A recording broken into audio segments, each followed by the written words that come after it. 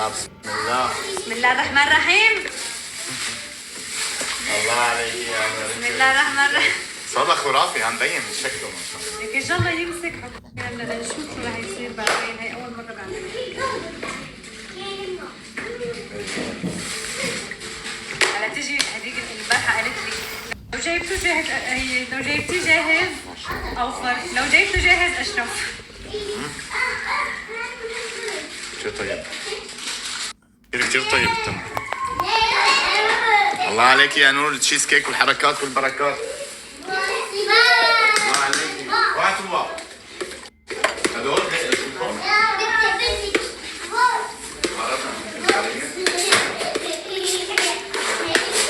اطلع سليم.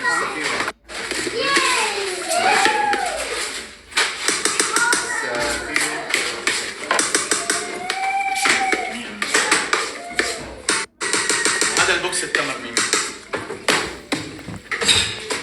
الله عليك يا نوش العسل. يعني كفو والله. ايه هلا لازم نحطه ليك وين؟ دسم مليون. ها هلا وين لازم نحطه؟ بالبراد تحطيه يوم كامل. مش لازم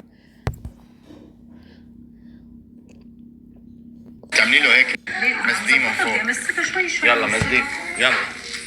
يا عيني على المحاشي هلا، يا عيني. انت شو عم ياكلوا سوشي وموشي؟ عم ياكلوا سوشي وموشي. يلا بابا مشان سوشي وموشي ياكلوا يتهنوا. روحوا العبوا هنيك. يلا ماري. ايوه مشان يتهنوا ياكلوا اولادي. تفضلوا اولادي. تعالوا قدومي وليومي. تعالوا قدومي وليومي. استغني. والله نور شاطرة والله، الله يعطيك العافية. الطريقة خرافية والله.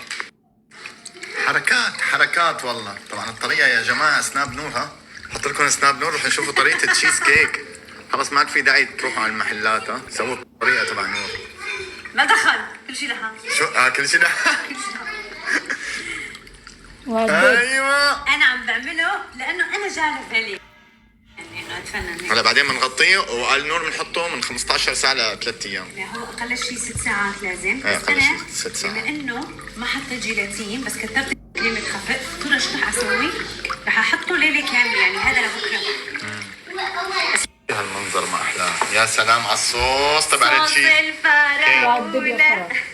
صوص التشيز كيك يا جماعة. يا سلام. هالمنظر ما احلاه. يا سلام على الصوص تبع صوص التشيز. الفراولة. هلا الوالدة بدها تبلش بحفر الكوسة. يا سلام يا سلام. هين نسوي محاشي اليوم نيسان. يا سلام سلم. هلا سوسو هلا في تشيز كيك خرافي، بس بده لبكره والله يخلص. ليش لبكره؟ لازم بده وقت. عن جد عم تحكي؟ ايه بده وقت. عملت صوص. شفتي الصوص؟ لك ايش هلا شو حاعمله هلا؟ شو؟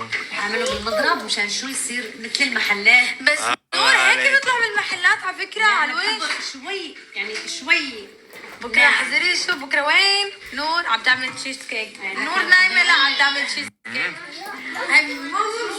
انا مخي هون والله.